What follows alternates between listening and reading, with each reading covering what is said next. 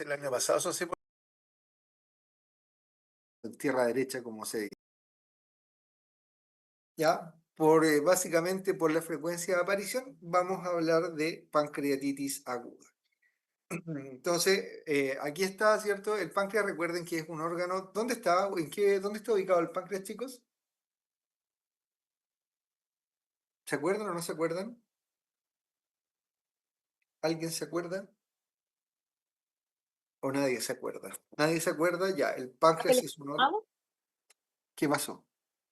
O sea, que es retroperitoneal, ¿verdad? Eso, ¿cierto? Es importante que es un órgano retroperitoneal, ¿ya? Eso, ¿por qué es importante saberlo? Porque hay algunos signos clínicos que se asocian a las pancreatitis agudas, pero que son inespecíficos también, ¿sí? Como que otras condiciones, ¿cierto?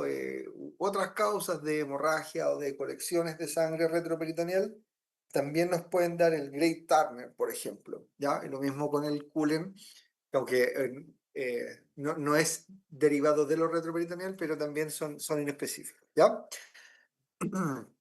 El páncreas que está pegado, ¿cierto? Adherido, unido al duodeno. Interesante esta imagen también que nos muestra el conducto pancreático principal.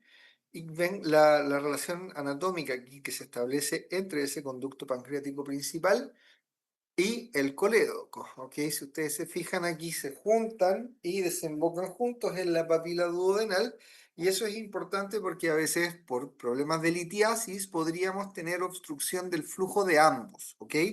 Flujo de bilis desde la vesícula y del jugo pancreático, ¿ok? Si vamos a ver desde lo histológico, sabemos que están nuestros islotes Langerhans, que ya los conocemos, y junto con los islotes de Langerhans nos encontramos con la porción exocrina. Aquí tenemos una imagen de la porción exocrina y vemos que el páncreas exocrino tiene dos, ¿ya? Subregiones. Entonces hay un sistema acinar, acá en color camel, me enseñó una doctora hace un par de años, doctor Mejo, eso se llama color camello o camel, ¿ya? El componente acinar es importante porque aquí se producen las enzimas digestivas del páncreas, ¿ok? Y también nos encontramos con un sistema ductal, que es lo que tenemos aquí en colores de estos familias cercanas al morado. ¿Ok? La función del sistema ductal es producir un jugo pancreático acuoso, rico en bicarbonato, y eso entonces ayuda a movilizar, ya lo más rápidamente posible a las enzimas digestivas del órgano. En esta imagen lo que tenemos es una representación gráfica de una célula de la porción ductal, una célula ductal. ¿Ya? Entonces lo que estamos viendo aquí es básicamente esto. ¿Sí? Aquí está el lumen, esta es la membrana apical y esta es la membrana vasolateral. ¿Sí? Y una cosa importante, es decir, tiene varias cosas importantes, varias características particulares esta célula ductal. Una de ellas es que tiene, tiene un canal que se llama CFTR. ¿Han escuchado, les han hablado ya en algún momento del CFTR de pequeños o no? ¿O no les han hablado nunca del CFTR? A mí por Por nombre de nombre, CPR no me suena, pero quizá sí, a mí tiene otro tampoco. nombre, otro metabolismo y ahí como que quizá da Ya. la Este corrección. canal es el que está mutado en los pacientes con fibrosis quística. ¿Ya? El CF, de hecho, Cystic Fibrosis eh, Transient Receptor. Ese es el nombre del canal, ¿ya? Este es el canal que está mutado, ¿cierto? Que es responsable de la patología que conocemos como fibrosis quística. Esa sí la conocen, ¿o no? ¿De nombre al menos? Sí, profe. Ya. Entonces, en la membrana apical está expresado el CFTR. ¿Y cuál es la gracia de este CFTR? Que nos permite la salida de bicarbonato o de cloruro desde la célula ductal hacia el lumen, ¿cierto? Ahora, ya les dije, puede salir bicarbonato, puede salir cloruro. Si lo que sale es cloruro, miren, el cloruro luego recicla a través de esta proteína que es un intercambiador aniónico. Entonces, esta proteína, este intercambiador aniónico, me permite la entrada de cloruro de nuevo a la célula. ¿Y cuál es el anión que saco? bicarbonato, ¿ya? Entonces, a más actividad de CFR tengo, y eso es lo que me importa, más bicarbonato voy a tener aquí en el lumen en el sistema ductal. ¿Y por qué esto es importante? Porque como el bicarbonato tiene carga negativa, me va a traer a un positivo. ¿Cuál va a ser el positivo? Va a ser sodio. ¿Y el sodio con quién va a ir? Con agua. ¿Ok? Por lo tanto, voy a estar contribuyendo a hacer más fluido el jugo pancreático. ¿Estamos? Entonces, a mayor actividad del CFTR, voy a estar produciendo o vamos a estar produciendo un jugo pancreático que es más acuoso. Y al contrario, si el CFTR funciona poco, ¿cuál va a ser la consecuencia fisiológica de eso? Que vamos a estar formando un jugo pancreático más viscoso, ¿ok? Y eso eventualmente nos puede generar problemas. Vemos que este CFTR puede ser estimulado por algunos mediadores, vemos acá, ¿cierto? Hay receptores que miden actividad de tripsinógeno a nivel luminal, ¿cierto? Eventualmente puede venir ATP, por acá ya les voy a contar de dónde, ¿ya? Y ese ATP, aunque no aparece aquí, graficado, ¿cierto? También hay receptores purinérgicos expresados a este nivel y esos receptores purinérgicos también pueden aumentar la actividad de nuestro CFTR, ¿ya? Una cosa que debemos recordar para esta clase es que el páncreas es el órgano más importante responsable de la digestión de nuestros nutrientes, ¿ok? Y para eso el páncreas produce una serie de enzimas digestivas que están destinadas a eso, a digerir, ¿cierto? A lisar, a oxidar nuestros macronutrientes. De esta manera nos encontramos con enzimas que son proteolíticas, nos encontramos con enzimas amilolíticas, otras que son lipolíticas, con nucleasas, ¿ya? Fundamentales acá para nuestra clase de pancreatitis aguda, las enzimas proteolíticas, ¿ya? ¿Qué debemos saber de estas enzimas proteolíticas? Uno, que el páncreas las produce de manera inactiva.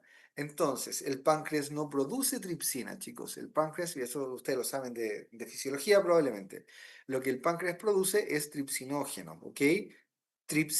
Quimiotripsinógeno o quimotripsinógeno en vez de quimotripsina, procarboxipeptidasa en vez de las carboxipeptidasas. Y esto es súper importante, ¿por qué? Porque lo que más hay dentro de una célula en base seca, en general, ¿cierto? Decimos nosotros que son justamente proteínas. De esta manera, producir enzimas proteolíticas en un medio donde lo que tú más tienes es proteínas es al menos arriesgado, ¿ya? De esta manera, el páncreas tiene que tener alguna forma de protegerse de las enzimas que él mismo produce. Y tiene más de una forma. Una de las maneras que el páncreas tiene de protegerse es produciendo esas enzimas inactivas. ¿Ok? Em, ¿Cuál es la vía fisiológica de activación de estas enzimas a nivel intestinal? En condiciones normales, única y exclusivamente a nivel intestinal, estas enzimas debiesen activarse. ¿Cuál es el mecanismo fisiológico aquí? El paso de tripsinógeno a tripsina, mediado por una enzima que está en el borde del cepillo del enterocito, que se llama enteropeptidasa o enteroquinasa, ¿ya? Y entonces siempre se dice que basta que una molécula de tripsinógeno se transforme en tripsina para que se activen todas las enzimas. ¿Por qué? Porque esta tripsina puede catalizar la conversión de más tripsinógeno en tripsina y puede catalizar la conversión de quimotripsinógeno, ¿cierto? Y otras proenzimas a sus formas activas, ¿ya? Ahora, ¿por qué yo les comento esto? Que usted ya se lo sabe y probablemente se acuerda por fisiología, porque no hay un acuerdo total en relación a cuál sería el agente causal de la pancreatitis aguda, cuál sería el evento inicial. Pero la mayor parte de los investigadores, la gente que dedica su vida a conocer este fenómeno, ya, la mayor parte de ellos están de acuerdo en que la pancreatitis sería una consecuencia de la activación del tripsinógeno a tripsina dentro de la célula acinar. ¿Estamos? ¿De qué otra manera el páncreas se protege contra estas enzimas degradativas? Ya dijimos, ¿cierto? Uno, las producimos y las secretamos como simógenos, es decir, en su manera inactiva. Dos, no producimos las enzimas pancreáticas y que queden ahí volando en el citosol, sino que esas vesículas pancreáticas están dentro de eh, esas enzimas pancreáticas están dentro de una vesícula, ¿ok? Por lo tanto, hay una membrana que las aísla del resto de las células, ¿ok? Miren esto es maravilloso, encuentro yo. Hay una proteína cuya pega es evitar que el tripsinógeno pase a tripsina, y esa proteína se llama el inhibidor de tripsina, ¿cachai? Y si hay una proteína que hace eso, significa que hay un gen que codifica para esa proteína.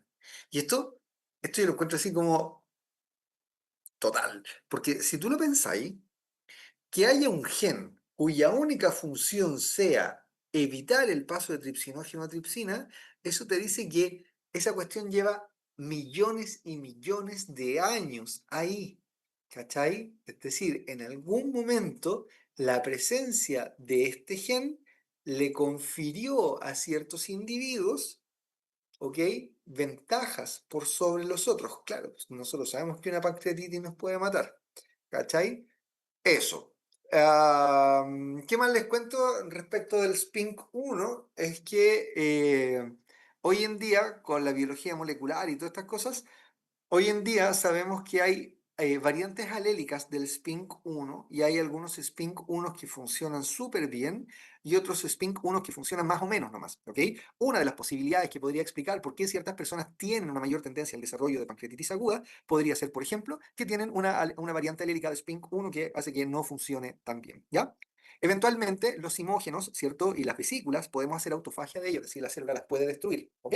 Y otra forma que tiene el páncreas de protegerse es, por ejemplo, que dentro de estas vesículas, además de estas enzimas pancreáticas y de los simógenos, hay también ATP, ¿ok? Entonces ese ATP, acá, cuando la célula de acinar libera el contenido de estos gránulos y empieza a circular por acá, ajá, el ATP estimula, les decía yo, a receptores que no están en esta imagen, pero que existen, receptores polinérgicos, y que tienen por función aumentar la actividad del CFTR y lo que habíamos dicho, porque hay generar un jugo pancreático más fluido. ¿Ya? Lo que les decía, hay también receptores polinérgicos en las células ductales, ¿cierto? De distinta naturaleza. Hay receptores de actividad de tripsina también en las células ductales, eso ya se los había comentado. ¿Ya? Hay producción de mucus en la porción próxima al acino y también, súper importante para nosotros en fisiopato, la gradiente de presión. ¿Por qué la gradiente de presión, chicos? Porque lo que yo quiero es mover el jugo pancreático, alejarlo de los acinos, ¿ya? Y para que eso ocurra, tiene que haber un cierto flujo. Déjenme ver si logro. Voy a ponerme a rabiar porque ustedes saben que esta cuestión me juega chueco. Entonces, sabemos nosotros que los flujos dependen, ahí empezó, ¿no ven? El chistosito. Dependen de una gradiente de presión y dependen de una cierta resistencia. ¿Ok? Eh, entonces, dice uno que, ¿cierto? Debe ser siempre mayor la presión acá, donde les dibujo aquí, ¿sí? En el acino versus lo que ocurre en el ducto. ¿Ok? Entonces, la diferencia entre, o acá, miren, aquí, la diferencia de presión entre ese punto y ese punto debe existir, ¿ya? Porque eso determina finalmente un delta P, una gradiente de presiones. Y esa gradiente de presiones es la fuerza que impulsa el movimiento del jugo pancreático, ¿ya? ¿Por qué es relevante esto? ¿Qué pasa, por ejemplo, si yo tengo un lito que estaba acá en el colédoco y que migró y se me quedó impactado? Impactado, dice uno, es como el nombre bonito para decir atorado, ¿ok? Si tengo impactación de un lito aquí, justo en la vía común, puede ser esto en el esfínter, ¿sí? En la papila duodenal, ese lito me va a aumentar la presión, po, ¿cachai? Porque aumenta la resistencia, ¿sí o no? Aumenta la resistencia y por lo tanto al jugo pancreático y a la bilis les, gracias Javi por la manita para arriba, les es más difícil salir, por lo tanto se me acumula jugo pancreático y bilis acá y por lo tanto pierdo gradiente de presión. ¡Ah! Dios mío. Y si pierdo gradiente de presión, empiezo a alterar todo el medio a nivel del componente acinar. ¿Ya? El otro elemento importante de esta fórmula es el R, ¿cierto? Y ustedes saben que la R, que es esta resistencia, según Was de Will, depende de 8NL dividido por pi R a la 4. Pero nosotros podíamos borrar el 8, podíamos borrar pi y también podemos borrar el largo porque el largo no cambia de manera aguda en nuestro caso. Lo que significa que la viscosidad, o perdón, que la resistencia depende de la viscosidad. ¿De quién? Del jugo pancreático. ¿Puedo jugar con eso? Puedo jugar con eso todo el rato. ¿Cachai? Gracias a la actividad del CFTR.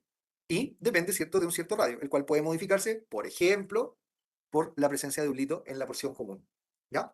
Entonces, ahora con todo esto, usted entiende por qué un paciente con fibrosis quística tiene tendencia al desarrollo de cuadros de pancreatitis aguda a repetición.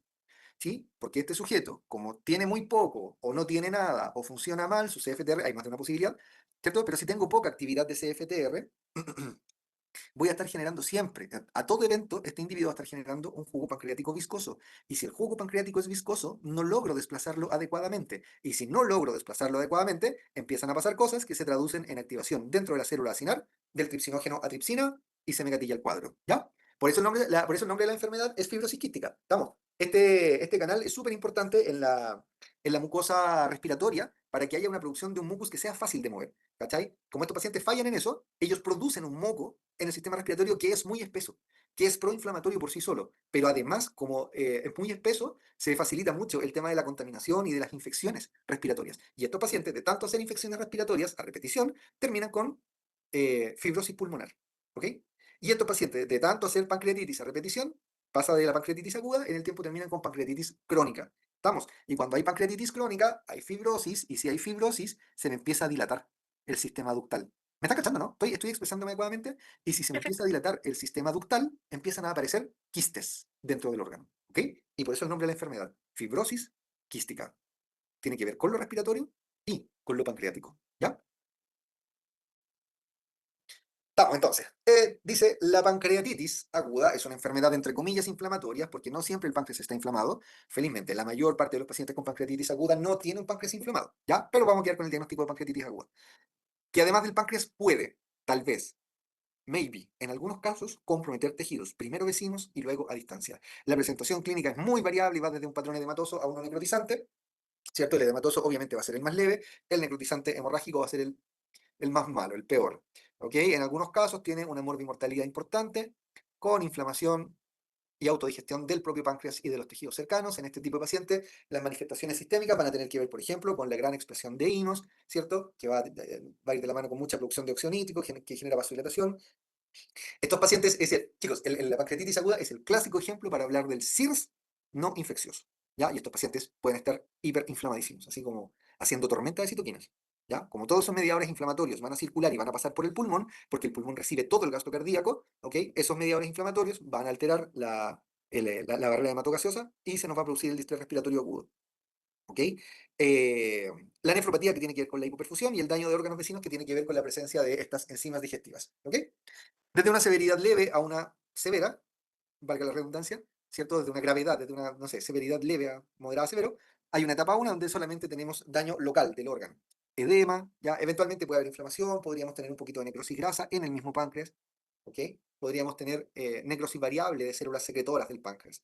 Luego, en una etapa 2, cuando la pancreatitis es moderada, empezamos a tener efectos peripancreáticos, locales, ¿ya? Pero peripancreáticos. Ahí básicamente circunscrito a lo que es cavidad retroperitoneal. Edema retroperitoneal, ¿cierto? Aquí podemos tener ya una necrosis grasa más extensa. Es interesante eso porque esa necrosis grasa después genera calcificación y esas calcificaciones se podrían eventualmente ver en una placa de rayos, ¿cierto? Van a tener densidad de hueso en lugares donde no debiese haber, ¿sí? Híleo, ¿cierto? ¿Sabes lo que es el híleo, no? ¿Sabes lo que es el híleo? ¿Les han hablado de híleo? ¿No? Ya. El híleo es una parálisis intestinal, ¿ok? Con formación de tercer espacio, ¿cierto? Secuestro eventualmente de fluido y electrolitos. Y la complicación sistémica es lo que hablamos, ¿cierto? Hipotensión, shock, trastornos metabólicos, falla de órganos, sepsis, todo eso puede estar. ¿Ok? Sí. En términos de causas comunes y poco comunes, ¿sí? Nos encontramos aquí de manera súper importante, particularmente en nuestro medio, particularmente en Chile, con litiasis biliar. ¿Ya? Los cálculos biliares son una causa súper importante. Estos dos que aparecen acá, ¿cierto? En Chile son por lejos los más importantes. Entre litiasis biliar y consumo de alcohol se explican, dependiendo de dónde lean ustedes, entre un 70 y hasta más o menos un 85%, dicen, de las pancreatitis agudas podría tener que ver con estos dos. ¿Ok? Pero eventualmente podríamos tener trauma, ¿cierto? Por el CPR, ¿cierto? El ERCP, la RCPA, ¿sí? Qué sé yo, podríamos tener otras posibilidades, ¿cierto? Resección pancreática, cirugía aórtica, ¿sí? Eh, procedimientos de ultrasonido con aguja fina, ¿sí? También podría ser cuando, por ejemplo, vamos a puncionar nódulos, ¿cachai? Para hacer estudios citológicos. cánceres y condiciones premalignas, ¿cierto? Condiciones, neoplasias benignas y malignas, por así decirlo. Causas metabólicas, ¿ya? La hipertrigliceridemia, esto lo habíamos hablado el semestre 1 en la clase de dislipidemias. ¿Por qué no nos gustaban las dislipidemias? Porque eran factor de riesgo. Y en ese momento yo les dije, las hipertrigliceridemias son factores de riesgo para el desarrollo de pancreatitis aguda, ¿ya? No se sabe por qué. No se sabe. La hipercalcemia, lo mismo, tampoco se sabe por qué, ¿ya? Los he buscado y no he encontrado, o de lo que he leído no se sabe, no se sabe bien el por qué, ¿ya? Miren acá, causas genéticas, ¿sí? Aparece por ahí el SPINK1 y aparece súper importante el CFTR, ¿ya? La fibrosis quística. Pancreatitis autoinmúnica, ¿cierto? No reportada. Drogas, ¿ya? Y cuadros infecciosos, ¿ya? Y por supuesto, la idiopática, va a ser como el recurso del ignorante en las interrogaciones. La idiopática, ¿ya? Causas entonces bien variadas. Ahora, momento, consulta, pregunta para ustedes. ¿Cómo vamos hasta aquí? ¿Vamos bien o no? Sí, profe. Sí, Javi. Oye, Javi, o cualquiera, ni la Javi siempre me contesta. Muchas gracias, Javi. Siempre pienso que si pasa un vecino por acá afuera debe pensar que estoy loco, así como hablando solo. Pero su respuesta me protege frente a ese fenómeno. Oye, Javi, ¿y les han hablado de pancreatitis aguda en medicina interna o todavía no? O sea, lo hemos ligado como a la hipertrigliceridemia, pero lo mismo que usted, más que eso, no más. Ya. Ok. No les han hablado específicamente del cuadro clínico, del manejo, todas esas cosas. O sea, nos pasaron como las dislipidemia en general, y el cuadro, o sea, el tratamiento cuando haya posibilidad de padecer hipertrigliceridemia. Por ejemplo, lo que usted dijo de los más de 1000, el cuadrito que salió, y hay como recién tratarlo, pero no es como manejo principal del tratamiento de la dislipidemia. Siempre es Ya. como LDL, pero más que eso, no. Ok, entiendo. Ya, pues, gracias, Javi, por comentarnos. Miren, lo que se ve en estas siguientes, plural, imágenes, tiene que ver con fisiopatología más celular, más molecular en la primera, o más celular en los pacientes que hacen, ¿sí? Las pancreatitis agudis. Entonces, una de las primeras cosas que ocurre, ¿cierto? Y esto ocurre frente a varios tipos de agentes injuriantes, es que aumenta el calcio, ¿sí? Se producen sobrecargas patológicas de calcio en este tipo de pacientes. Entonces me dicen acá que algunos injuriantes, como el alcohol, ¿cierto? La colecistoquinina o los ácidos biliares, ¿sí? Aumentan, ¿cierto?, la salida de calcio desde el retículo endoplásmico. Usted me va a decir, pero ¿cómo van a haber ácidos biliares? Si los ácidos biliares se van para el intestino, ¿cierto?, desde el colédoco. Claro, pues les decía yo, pero ¿qué pasa si tengo acá, ¿cachai? Un cálculo impactado. Entonces, la bilis puede refluir, ¿cachai? O irse hacia el conducto pancreático. Y eso es importante porque está súper bien definido, ¿cierto?, cómo los ácidos biliares tienen efectos tóxicos sobre las células del sistema ductal, pero tienen efectos tóxicos directos también sobre las células del sistema acinar. Y cuando agarran células acinares pancreáticas y las ponen en una placa Petri y las cultivan con ácidos biliares, después de algunos minutos ya se ha visto que esas células empiezan a sobrecargarse con calcio y empiezan a activar, ¿cierto? De manera precoz el tripsinógeno a tripsina dentro de la célula. Entonces, ese calcio puede venir de varios lados, ¿cierto? Podemos tener aquí, ¿cierto? Activación de canales de calcio, ¿cierto? Por la liberación del calcio mismo.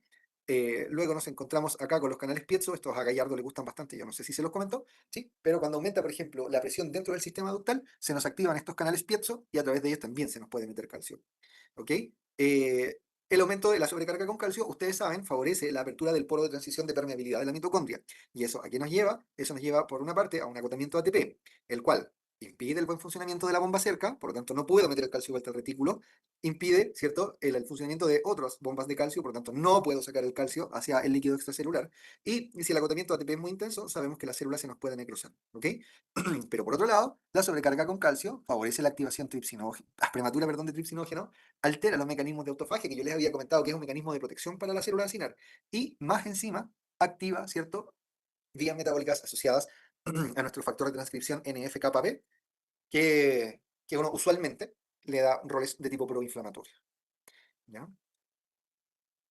Aquí es como parecido, pero distinto también, ¿cierto? Pero aquí nos dicen, mire, sabe que otra de las cosas que puede pasar en una de estas células acinares es que se produzca colocalización. ¿Colocalización qué quiere decir? Que se nos juntan, que se nos fusionan vesículas de estas, ¿cierto?, que tenían simógeno con lisosomas. ¿Ok? Y aquí, cosa mala, porque el lisosoma tiene enzimas degradativas. Y una de las enzimas degradativas del lisosoma es la catepsina B.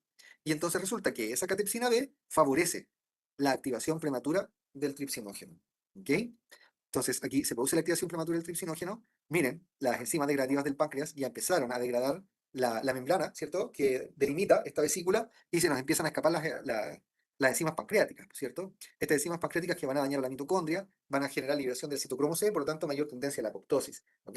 Vamos a tener activación de vías específicas de muerte celular que nos pueden llevar aquí a necrosis. Y Si esta era una célula sana, fíjense que si si la célula estaba sana, la llegada de citoquinas proinflamatorias, es decir, puede ser que el tejido adyacente, que el tejido aledaño, ¿cierto? Haya ese que haya sido el que empezó a inflamarse. Pero si hay producción de citoquinas proinflamatorias y estas citoquinas proinflamatorias estimulan a sus receptores, lo cual nos quiere decir, ojo, cacha, que hay receptores para citoquinas proinflamatorias, esos también favorecen la colocalización de vesículas, ¿ya? Como si fuera poco, por ejemplo, el alcohol por sí solo aumenta la síntesis de enzimas, ¿cierto? De los lisosomas. Por lo tanto, ahí tengo ya al tiro un factor de riesgo, un segundo factor de riesgo asociado al consumo de alcohol. ¿Ok? El alcohol disminuye la función, además del CFTR, ¿ya? Disminuye la actividad de las acuaporinas, ¿ok? Lo cual favorece la acidificación del jugo pancreático y el éstasis intraductal, ¿ya? ¿Por qué la acidificación? Porque recuerden que si tengo poco bicarbonato, tengo poca capacidad tamponadora. Las sales biliares y la inflamación por sí solas disminuyen la actividad de las acuaporinas, ¿cierto? Y el aumento de la presión intraductal aumenta la actividad de los canales piezo, ya lo habíamos dicho, en las células acinares y activa procesos inflamatorios. Entonces, ¿por qué es importante saber esto? Porque en distintas condiciones donde se produzca aumento de presión intraductal, esto va a ocurrir. ¿Qué me puede llevar a un aumento de presión intraductal? Un edema de papila, ¿cierto? O podría ser la presencia de un cálculo, como habíamos dicho. O podría ser, mire, incluso esto puede ser usted el día de mañana, que en un intento por ayudar a su paciente le hizo una CPRE, ¿cierto? Y el volumen que se inyecta de medio de contraste, obviamente que también va a aumentar la presión dentro del ducto pancreático, ¿cachai? Y ese aumento de presión se va a propagar, ¿cachai? Y finalmente podemos también, obvio, ¿cierto? Eso lo entendemos, y ese voy a inyectar el medio de contraste por acá, y ese medio de contraste se me va a ir por la vía biliar y se me va a ir por la vía pancreática. Y por la vía pancreática va a hacer esto, y obviamente que esa presión puede terminar aumentando aquí a este nivel, ¿cierto? Y con aumento de presión ductal también, por lo tanto, con imposibilidad de mover, ¿ok? Todo ese jugo pancreático. ¿Sí? Esta imagen la puse para comentarles que en las células acinares normalmente hay una polarización, ¿ok? Tiene que existir esta polarización. ¿A qué me refiero con la polarización? Lo que les quiero decir es que aquí en el núcleo nace todo, porque ahí están los genes que codifican para estas enzimas. Esos genes se hace, ¿cierto? La primera etapa, la transcripción, ¿cierto? A nivel de núcleo, y luego los ARN mensajeros, ¿sí? Van a ser traducidos aquí a nivel de retículo y salen las proteínas que van a ser acondicionadas, dice uno por Golgi. Tengo finalmente los gránulos con enzimas, y esos gránulos con enzimas los vamos a secretar hacia la membrana apical acá arriba, ¿ya? Eso es como lo normal. Pero ¿qué ocurre si es que aumenta la presión intraductal? ¿Sí? Si aumenta la presión intraductal, acá arriba va a estar, ¿cierto? Voy a tener una mayor presión, y lo que ocurre en ese contexto es que ya no se pueden secretar las vesículas hacia apical, ¿cachai? Pero la célula no se quiere quedar con las vesículas, entonces, ¿qué hace? Igual la secreta, pero la secreta por la membrana vasolateral, ¿ya? ¿Y cuál es el problema? Que esto es un epitelio, por tanto las células están bien juntitas. Es decir, ¿qué hay más allá de esta membrana vasolateral? Está la membrana vasolateral de la célula vecina. Por lo tanto, si nosotros secretamos las vesículas por la membrana vasolateral, empezamos también a afectar, ¿cierto? A comprometer la integridad de la célula que está al lado. Y así entonces el daño comienza a diseminarse dentro de este tejido. Aquí me dice, mire, fíjese que ya hay injuria acinar y ya hay necrosis. Entonces, ¿esto se va a traducir en qué? Esto se va a traducir en la producción de una serie de mediadores proinflamatorios. TNF, interleuquinas de distinto tipo, moléculas, ¿cierto? La proteína quimetrayente de macrófagos, ¿ya? Los CXC, esas eran, ¿vale? Doc, ¿usted siempre se acuerda de estas? Porque usted siempre las comenta, ¿cómo se llaman esas? Bueno, ahí el doc se nos va a acordar, ¿sí? Vamos a tener estas alarminas, HMGB1, ¿sí? Expresión de moléculas de adhesión, y todo esto finalmente se traduce en ¿qué? En que hay atracción de células inflamatorias, ¿ok? Estas células inflamatorias pueden ser, por ejemplo, monocitos, ¿cierto? Macrófagos que se nos van a polarizar ¿hacia dónde? Hacia el fenotipo M1. Como usted sabe, los macrófagos M1 son muy proinflamatorios, ¿cachai? Por lo tanto, vamos a tener a través de distintas vías, ¿cierto? Activación de estas células con producción de mediadores. ¿Ok? Voy a tener además activación de monocitos en otros órganos por estas mismas citoquinas proinflamatorias, pulmones, hígado, peritoneo, ¿ya? Y eso entonces favorece el desarrollo de la falla de la falla multiorgánica. Los neutrófilos también son bastante importantes acá, ¿ok? Porque los neutrófilos generan estrés oxidativo, ¿sí? Favorecen con sus proteasas más activación de tripsinógeno, ¿ya? Los neutrófilos hacen un tipo de muerte especial que se llama netosis, ¿cachai? Y en esta netosis se forman redes que están fabricadas con cromatina del neutrófilo, ¿cierto? Y estas trampas extracelulares de neutrófilos, que así se llaman, ¿ya? Favorecen ¿qué cosa? La obstrucción ductal, que de nuevo favorece más activación de tripsinógeno, son súper proinflamatorias, por lo tanto generan más, ¿cierto? Inflamación dentro del órgano. Eventualmente el páncreas va a empezar a liberar sus enzimas, ¿sí? Podemos liberar lipasa. ¿Por qué liberar lipasa? Porque como está en cavidad retroperitoneal, está bastante relacionado con el peritoneo, ¿cachai? Entonces, si libero lipasa y empiezo a hacer hidrólisis de triglicéridos, empezamos a dañar a los adipocitos del peritoneo. Pero de vuelta, vamos a tener más daño de páncreas y esta hidrólisis, ¿cierto?, de triglicéridos también pueden empezar a generar fallas multiorgánicas. Como dijo el maestro Yoda, chicos, cansado estoy. Pero cuéntenme, ¿cómo vamos hasta aquí? ¿Se está entendiendo? Sí, profe. ¿Sí? ¿Ya? ¿Hay alguna duda hasta este punto? ¿No? Por mi parte, no. No hay duda hasta este punto. Ya. Cualquier cosa, ustedes saben, ¿cierto? Bien. ¿Qué dicen los manuales de gastroenterología o los manuales de medicina en general? Que para el diagnóstico de pancreatitis aguda hay 3 elementos y hay que tener 2 de ellos presentes para hacer el diagnóstico. ¿Cuáles son los 3 elementos? Una clínica compatible, exámenes de laboratorio compatible e imagen compatible con páncreas inflamado, con un páncreas enojado. ¿Ya? Clínica, han tenido, a ver, respondan ustedes. Alguien que no sea la Javi, porque la Javi siempre me responde. No es que yo no quiera, Javi, que usted me responda, sino que quiero incentivar también al resto. ¿Han tenido pacientes con pancreatitis en campo clínico o no? Yo sé que a los demás sí le han tocado, pero lamentablemente a mí nunca me ha A tocado usted mucho aún no le han pancreatitis. tocado. Ya, porque ya le va a tocar porque es una condición bastante común, ¿cierto? Ya. Y los compañeros que están acá presentes, que han tenido pacientes con pancreatitis aguda, ¿qué clínica tiene su paciente con pancreatitis aguda? Dolor abdominal en banda, ¿Dolor abdominal dónde? ¿En epigastrio, mesogastrio, hipogastrio? en epigastrio que se desarrolla como en banda, que llega hasta atrás de la espalda. Eso, ¿cierto? Un dolor abdominal, usualmente en el tercio superior, ya suele, lo más común, pero es lo más común un dolor de tipo epigástrico y que muchas veces también empieza a irradiar y terminamos con este. ¿Cómo le llamó Seba Coca a usted a ese dolor? ¿Dolor en banda?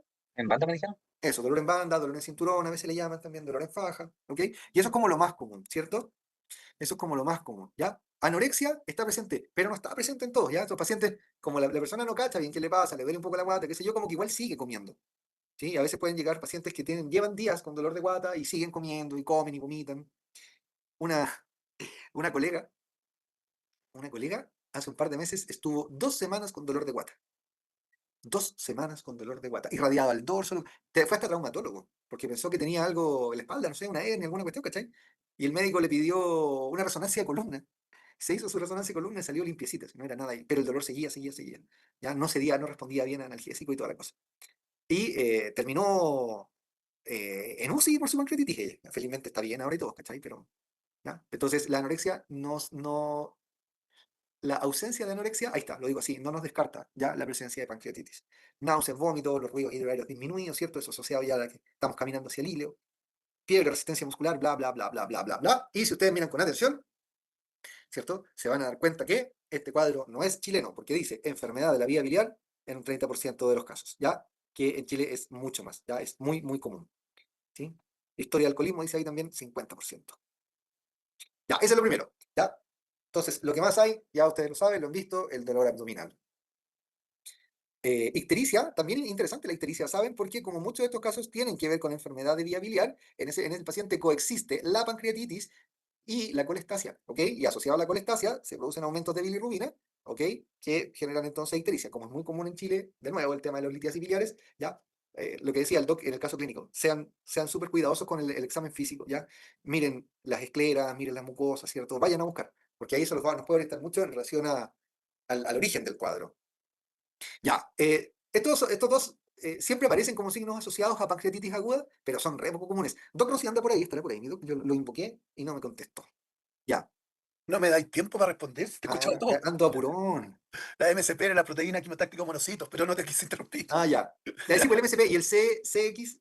No, son quimoquinas. Sí, pues esta es la proteína quimioatrayente de De monocitos. Sí, y estas son Son las. quimoquinas en general. Ya, sí, esa usted las nombra en la clase de asma. Sí, pero las nombro como quimoquina, no más como receptores, como proteínas quimoquina, ligando quimoquina. Ya. Oiga, Doc, lo que yo le quería preguntar, lo que yo le quería preguntarle, ¿ha visto pacientes con Gray Turner y Cullen a consecuencia de pancreatitis aguda? Sí, pero es extraordinariamente poco frecuente. ¿Cierto? ¿Cierto? Pero siempre aparece, los ponen como Poco frecuente. O con sea, no signos sé. clínicos asociados, pero Pancreatitis, pongámosle que he visto 150 pancreatitis, por decir una cifra. Lo he visto una vez.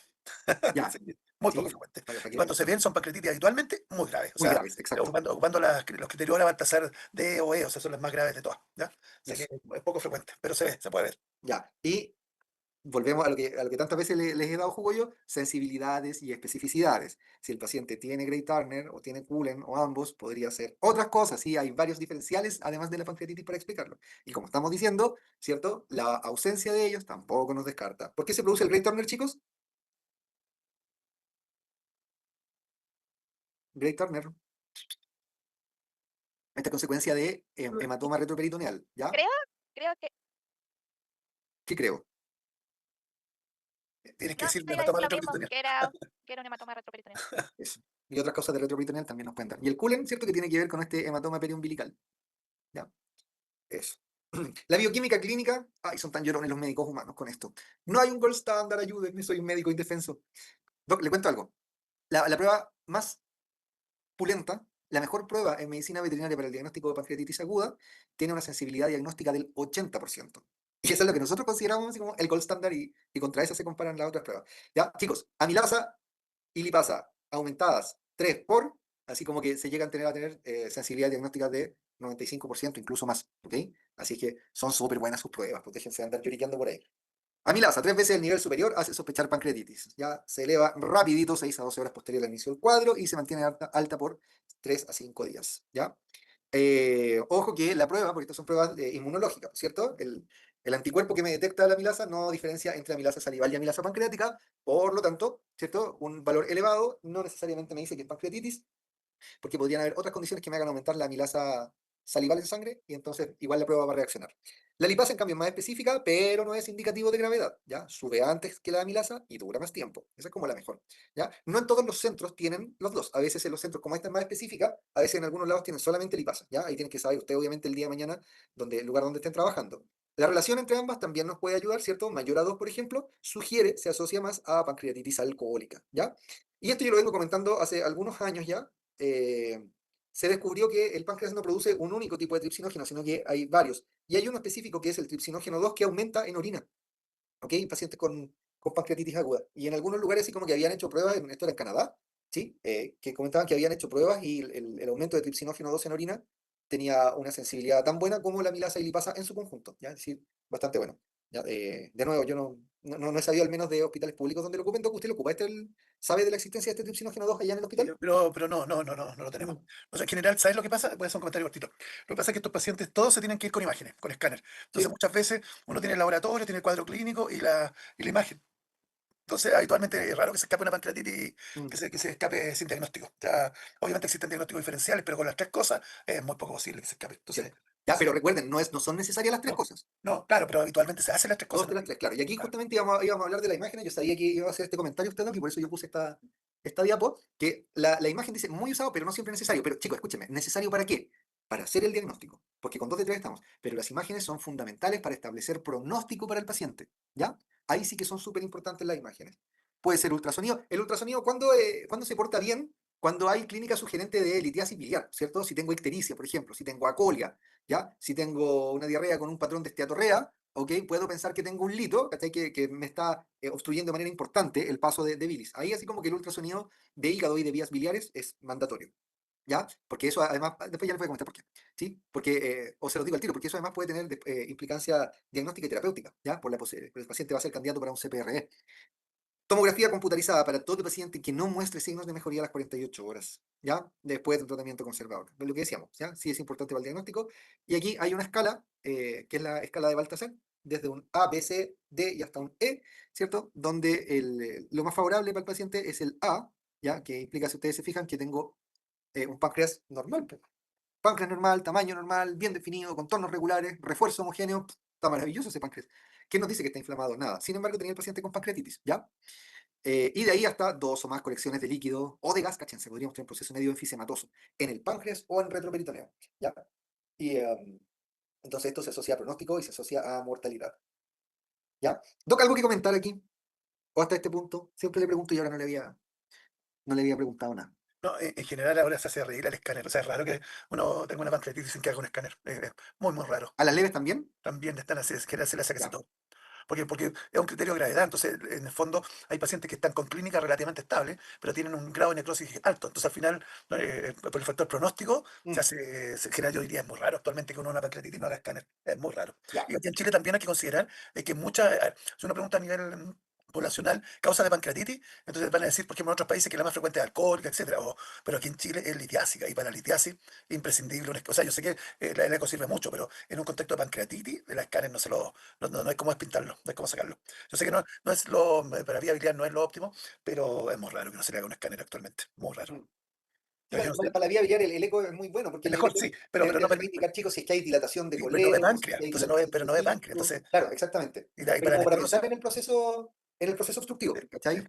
Entonces al Dependiendo final. del tamaño del lito, podríamos tener las sombras acústicas, todo. Ahora yo tengo el sesgo que veo pacientes hospitalizados nomás, pues, entonces, Mm, pero en general el servicio de urgencia, una pancreatitis llega deshidratada, que la mayoría llegan deshidratadas, es muy raro que no se vayan con un escáner, por lo mm. menos en esas cosas. Fíjese que yo en mis pacientes sí puedo ver el páncreas con el eco. Claro, pero porque son más chiquititos, pues, claro. Claro, sí, pues es más fácil de explorar. Y es chistoso porque cuando se sospecha que el paciente tiene pancreatitis aguda, uno más que ir a mirar al tiro del páncreas, le echamos un vistazo al peritoneo. Ah, ya, Como el páncreas se inflama y empieza a liberar enzima, así como que, una complicación, pues las claro, cosas. así como que una colega siempre lo describe como el mal vecino. Así como Ya, que se inflama el páncreas y uno va a buscar cosas en peritoneo. sí. O afección de, por ejemplo, hay una parte de una rama del páncreas que va, en gatos va como bien pegado al duodeno. Entonces también Claro. cambios en el duodeno. Puede, O puede ser sí. cambios en la pared gástrica también. Pero así como que se enoja el páncreas y se empiezan a enojar todo alrededor. Cuénteme. No, no, es que puede ser un comentario porque es tan grave. Porque lo que tú estás diciendo, caen estas enzimas chorrean, entre comillas, perdón que lo diga tan ordinario, chorrean el peritoneo. Y en el peritoneo están los epiplones. Y los epiplones, ¿qué es lo que tienen? Linda grasita. ¿Y qué es lo que tienen? Bueno, estructuras también proteica. Entonces las enzimas comienzan a comerse, perdona que lo diga así tan feo, los diplones, y comienzan a comerse todo lo que es contenido peritoneal. Mm, Entonces, en el fondo comienzan a tener una expansión del proceso inflamatorio, porque volvemos a algo, las grasas, ¿qué es lo que son? Precursores, tienen ácido araquidónico y son precursores proinflamatorios. Entonces, al final, esta situación no tiene solamente con el daño directo enzimático, sino con los productos de la metabolización de grasa o del metabolismo de la degradación de grasa, producto de la enzima. Entonces, estos pacientes parten con una inflamación pancreática, pero estas enzimas activadas en un lugar no adecuado, por decirlo de alguna manera, lo fisiológico, claro. terminan generando una cantidad de mediadores gigantes producto de la degradación de las grasas y de las proteínas, pero fundamentalmente la grasa. Entonces, al final es un proceso, un círculo vicioso, que cada vez hay más enzimas, cada vez más hay liberación de mediadores, cada vez más activación, y por eso estos pacientes son realmente muy graves. Y así se parte a veces de un daño, uno podría decir una pancreatitis edematosa, que es la menos grave, donde no hay necrosis, y a los pocos días comienza a aparecer necrosis. De hecho, el escáner no se hace al ingreso, se hace por lo mismo, porque se hace fundamentalmente, como dice ahí, a las 48 horas. Habitualmente, yo sé que es después del tratamiento conservador, pero se hace en general a las 48 horas, porque uno lo que quiere ver es la necrosis, quiere buscar, y no se hacen precozmente, porque el valor pronóstico se establece después de 2 días, en general. ¿Ya? Eso como regla general. ¿Ya? Eso, gracias, Doc. No, de nada. Como siempre, gracias por dejarme meter la cuchara. Me ¿Ya? da la cuchara, pero para eso estamos los dos siempre. Pues eso es lo que hemos hablado tanto, ¿cierto? Sí. Es la fortaleza que tenemos como equipo. Ya, ¿qué se entiende por complicación sistémica en estos pacientes? La exacerbación de algo preexistente, evidente, ¿ya? Si ya había antecedentes de insuficiencia cardíaca o insuficiencia respiratoria crónica, si es que había una hepatopatía, ¿cierto? Eh, ya reconociendo la existencia, digamos, desde cero, de daño renal agudo, ¿cierto? Falla cardíaca o respiratoria, ¿ya? Hablamos de falla orgánica cuando se habla de falla en dos o más de estos órganos, ¿ok? Así se define falla orgánica. Y esto, ¿por qué lo queremos? ¿Por qué nos interesa saber esto? Porque con esto establecemos después la severidad de nuestra pancreatitis. Entonces tenemos las pancreatitis agudas leves, que no están asociadas a complicaciones locales sistémicas o falla de órgano. ¿Ok? Si hay falla de órganos que dura menos de 48 horas, eso es temporal y hablamos entonces de una pancreatitis moderadamente severa. Y cuando la falla se extiende más allá de los 48 horas, ya hablamos de una pancreatitis aguda severa, ¿cierto? La mayor parte de ellos con necrosis pancreática. ¿Sí? ¿Cómo evoluciona entonces este cuadro? La mayor parte de los pacientes hacen un cuadro autolimitado, aproximadamente el 80%. Esos son gallos que se podrían quedar en casa y si se portan bien podrían salir adelante, pero como obviamente pueden evolucionar de maneras impredecibles, ¿cierto? Se manejan de manera intrahospitalaria, ¿ya? De los pacientes con pancreatitis severa, un 20 o un 50% no responde a tratamiento y estos son los que desarrollan la falla multisistémica dentro de la primera semana. Miren, esto que interesante. E infecciones dentro de las 2 primeras semanas, ¿ya? De los pacientes que mueren, fíjense ustedes, depende. En la primera semana, lo que más los mata es el distrés respiratorio agudo. Ya, las complicaciones respiratorias, por lo que ya habíamos dicho. Después de la primera semana vienen las infecciones. ¿Y saben por qué pasa eso? ¿Se acuerdan de la clase de inflamación cuando hablábamos del cambio de la actividad proinflamatoria a la antiinflamatoria y hablábamos del CARS, el síndrome de respuesta antiinflamatoria compensatorio? Como estos pacientes están tan inflamados, después la actividad antiinflamatoria es muy potente también. Entonces este paciente nos queda inmunosuprimido y por supuesto que ahí queda súper expuesto a cuadros de tipo infeccioso. ¿Ya? Importante, ¿cierto? Tener indicadores de severidad y pronóstico. Ransom, Apache 2, Atlanta, ¿ok? Hay otros más, pero finalmente, quiero que nos quedemos con eso, que hay scores o hay escalas que permiten establecer gravedad al ingreso y que en otros momentos, ¿cierto?, de la evolución del paciente permiten predecir comportamientos a futuro, porque por eso estamos prediciendo, ¿ya? El diagnóstico entonces debe ser de la mano con herramientas predictivas, ¿cierto? Por ejemplo, la presencia de decirse, le quiero como que mis amigos médicos siempre dicen, una pancreatitis que respira mal, evoluciona mal, ¿sí? Entonces la presencia de clínica respiratoria asociada los tiene que alertar al tiro, chiquillos, los tiene que alertar al tiro, ¿ya? Fíjese, Doc, la historia que le comentaba a mi colega, después de 2 semanas de su dolor de guata, con vómitos recurrentes, todo lo que era, un día estaba en su casa, se miró las uñas y tenía las uñas azules. Y ahí se asustó y partió a urgencia. Cuento corto, terminó con distrés respiratorio intubado en UCI. ¿Sí? Fluidos intravenosos se supone que son la base del tratamiento, ¿ok? Aunque el Ringer lactato se ha portado mejor en estos pacientes que la solución salina normal, el apoyo nutricional, importante, estos pacientes llegan, se hace el diagnóstico y quedan con régimen cero, nada, 24 horas, ¿sí? Luego de 24 horas de régimen cero vienen usualmente 24 horas más donde el paciente únicamente puede beber agua, ¿ok? Y al tercer día, como decía ahí, ¿cierto? Si es que el paciente, si es que la molestia cede, si es que el paciente tiene hambre, ahí se empiezan a reincorporar los alimentos. Entonces, alimentación oral. A ver, la pregunta es, para ustedes, quiero que lo piensen y me respondan, por favor. ¿Por qué es tan importante el régimen cero al inicio de la estadía, al inicio del manejo de este paciente? ¿Por qué es tan relevante? Para que el páncreas esté en reposo y no estemos como estimulándolo.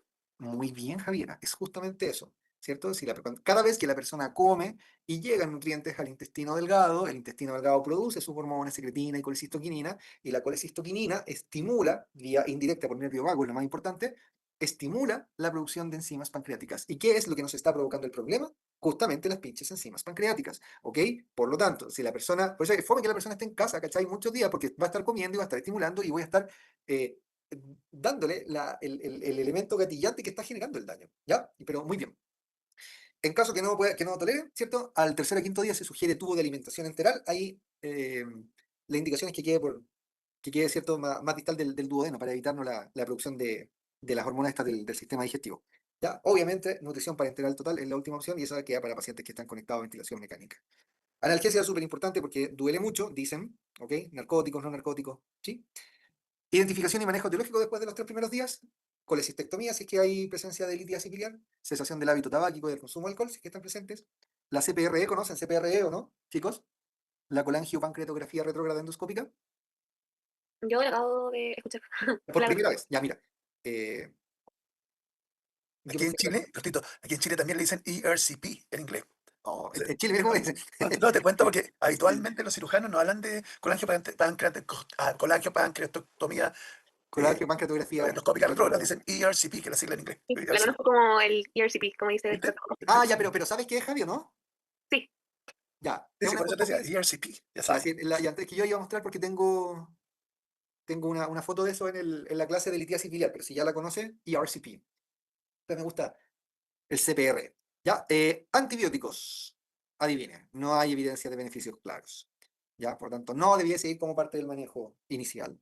Y obviamente para los pacientes con pancreatitis severa, esos van a estar en UCI. Pues, entonces, control constante de signos vitales, diuresis, ¿cierto? Aparece el catéter de Swan-Ganz acá, monitoreo de presión venosa No, no, central. Swan-Ganz no, acuérdense que ya no se usa, saca Swan-Ganz, pero vía venosa central y todo, pero ¿Sí? Swan-Ganz, No Swan-Ganz.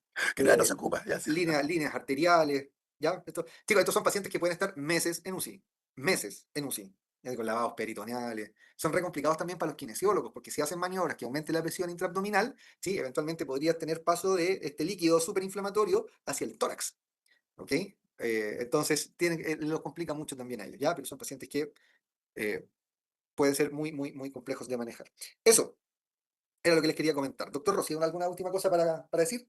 No, son muy complejos. O sea, realmente, no, y sabes que yo sé que pusiste como gravedad, lo cual es verdad, cuando hay fallas de otros órganos, pero a veces he visto morir, cuando sobre todo trabajaba en la UCI, no sé, personas sanas completamente de 30 años que se morían de pancreatitis. O sea, actualmente el tratamiento, voy a hacer un comentario cortito, antes se operaban, incluso las biliares, pero se demostró que meterse a operar ese peritoneo o esa región abdominal es tan complicado porque en vez de contener el líquido, este líquido lleno de enzima, se expandía más. Entonces, actualmente, en general, es un tratamiento fundamentalmente médico. La idea es no abrir una pancreatitis. Antes incluso era operarla, había distintas técnicas, una que se llama marsupialización, etcétera, pero actualmente quédense con el concepto que es de manejo médico y que aunque sea de origen biliar, la idea es no tocarla, no operarla hasta que estuviera más controlado el cuadro inflamatorio, pero es un cuadro realmente muy complejo. Por suerte la mayoría no son, o sea, hay cuadros graves, pero la mayoría no son graves, tienen un comportamiento más bien leve, pero uno nunca sabe con lo que se va a encontrar. Y la verdad es que es muy complicado manejarla. Y si ustedes buscan guías, van a encontrar cientos de guías, porque no está claramente estandarizada en el fondo cuándo operar, cuándo sacar el cálculo, cuándo, aquí yo hablo del cálculo porque en Chile la causa más frecuente es biliar, pero es bien complicado. O sea, es un tema no resuelto, en lo cual habitualmente lo que hacemos es tratamiento de mantención. O sea, cruzar los dedos, que se logre controlar la inflamación y obviamente tratar de no estimular al páncreas a no producir, a producir más encima. Pero eso, más que nada. Ok, muchas gracias, Doc, No de nada, pero bueno. por compartir con nosotros su sabiduría. Ojalá fuera sabio. Ya, Ya, estamos. Le toca a Doc. ya. Chicos, la clase se la mandé a la Isa, no sé Isa si le llegó adecuadamente. ¿Hasta qué hora tenemos para yo Sí, ir? profe, 7:30. tíresela, Siete y la media. envío. Ya. Tenemos como media hora, dejo colocar el reloj, pues yo coloco el reloj ahora para ir mirando. Y partimos.